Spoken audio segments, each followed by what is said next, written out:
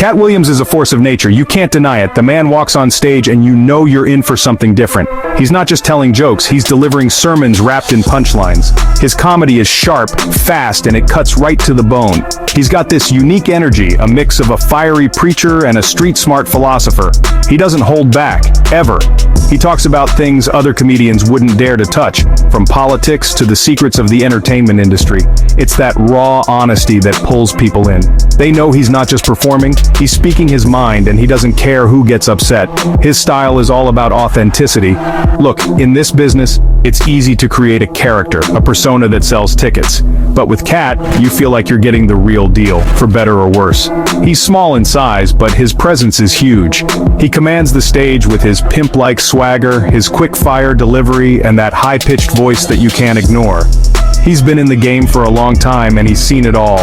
That experience, all the ups and downs, it all fuels his material. He's not just observing the world, he's been through the fire, and he's come back to tell us all about it. What makes him stand out is his commitment to what he calls the truth. He believes comedy is one of the last places where people can speak freely.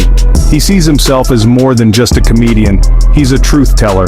This isn't just a gimmick for him, it's a core part of who he is.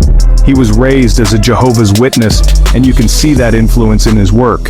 He often talks about good versus evil, about spiritual battles happening right in front of us. He's not just trying to make you laugh, he's trying to make you think, to wake you up to what he believes is really going on in the world. This approach has earned him a dedicated following. His fans see him as a fearless voice in a world full of fakes. They hang on his every word because they believe he's one of the few people willing to risk it all to expose the truth. Of course, this also makes him incredibly controversial. When you speak your mind without a filter, you're going to make some enemies. But for Cat, that seems to be part of the plan. He thrives on the edge, in that dangerous space between comedy and confrontation. He's not here to make friends, he's here to make a point, and he'll do it one explosive joke at a time. Then came the Club Shay Shay interview. Man, that thing was an earthquake. In January 2024, Cat sat down with Shannon Sharpe, and for nearly 3 hours, he just let it all fly. This wasn't just an interview, it was a calculated strike. He came prepared, with names, dates, and stories that sent shockwaves through the entire industry. He told everyone to fact-check him, daring them to prove him wrong. Millions of people watched it, and it became this massive cultural event. People called it the start of the year of truth, all because Cat decided it was time to pull back the curtain on Hollywood. He went after everybody. He called me an industry plant, which, come on, is just noise. I'm out here working, grinding every single day. But he didn't stop there. He accused Cedric the Entertainer of stealing one of his best jokes from way back in the day. He claimed he performed a bit, Cedric saw it, loved it, and then used it as his big closer in the original Kings of Comedy. He also had things to say about Steve Harvey and Ricky Smiley, laying out a whole web of industry politics and backstabbing. It was messy, it was personal, and people couldn't get enough of it. His comments about Diddy were especially chilling. He talked about turning down big money because of weird demands and hinted at the dark rumors that have followed Diddy for years. This was months before Diddy's legal troubles really exploded in late 2024. When all that news broke, people went right back to Cat's interview. They saw him as a prophet, someone who knew what was going on long before the rest of the world did. It made his claims seem even more credible and added to his reputation as someone who isn't afraid to speak on dangerous subjects. Cat later admitted the interview was designed to kill the careers of the people he targeted. He said he had an algorithm for it, and that he even edited out the worst parts to just leave jabs. He wanted them to know that he knew their secrets. Whether you believe him or not, you can't deny the impact. The interview dominated conversations for weeks. It forced a lot of people in the industry to respond and made audiences question who they could trust. It cemented Cat's status as the ultimate disruptor, a man willing to burn bridges to light his path. The feuds didn't stop with the interview. Cat has a long history of public conflicts, but the Club Shay Shay appearance put them all on center stage. The clash with Cedric the Entertainer was a big one. Cat laid out the story of the stolen joke with such detail that it made people take sides. Cedric eventually responded, denying it, but the accusation stuck. It became a classic, he said. He said battle between two comedy giants. It raised questions about joke theft and creative integrity in the comedy world, a conversation that always gets comedians and fans fired up. It's a serious accusation in our line of work. Then there's the stuff he said about me. Look, I get it. When you're at the top, people are going to take shots at you. He called me a plant, suggesting my success wasn't earned but handed to me. I was on a press tour for my movie Lift when all this blew up, and I had to address it. I said his comments came from a place of anger. I'm focused on my work, on building my empire, and I don't have time for that kind of negativity. But the narrative caught on with his fans. They see it as a battle between a so-called real comedian and a Hollywood-approved star. His controversial comments extend beyond comedy. In early 2025, he made headlines for remarks about former Vice President Kamala Harris.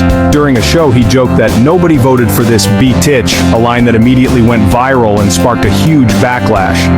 People pointed to exit polls showing strong support for her among black voters, directly contradicting his claim. It showed that Kat's unfiltered style can sometimes land him in hot water, even with his own audience. He's willing to say things that are provocative and inflammatory, regardless of the facts or the fallout. This is Kat's whole brand. He positions himself as the underdog fighting against the system, whether that system is Hollywood, politics, or even other powerful black entertainers. He called Chris Tucker Epstein Island Chris Tucker, another wild claim that got everyone talking. By creating these public conflicts, he keeps himself in the conversation. He forces people to pay attention. For him, comedy isn't just about being funny, it's about being heard. And if that means starting a few fires along the way, he's more than willing to light the match. Kat isn't just talking about changing the game, he's actively trying to build a new one. For years, he's criticized Hollywood, saying the system is rigged against quality black projects. He believes the gatekeepers hold creatives back and control the narrative, so instead of just complaining, he's putting his money where his mouth is. In 2024, he bought a huge piece of land in Alabama, a former military base, with the goal of turning it into his own movie studio. He's following in the footsteps of people like Tyler Perry, trying to create his own table instead of begging for a seat at someone else's. This move is about more than just business. It's about ownership and control.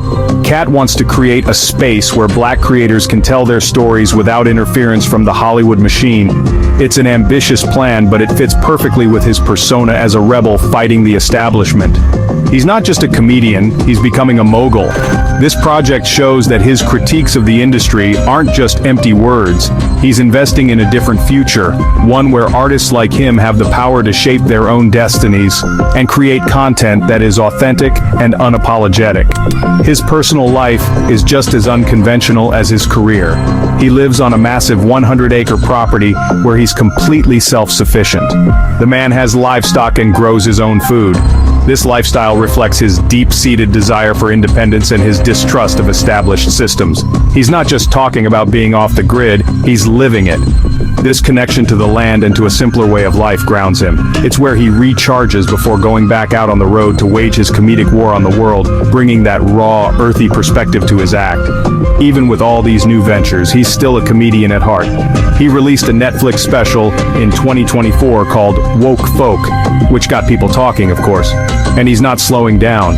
He announced a 2025 tour with other legendary comics like Mark Curry and Eddie Griffin, with Monique hosting.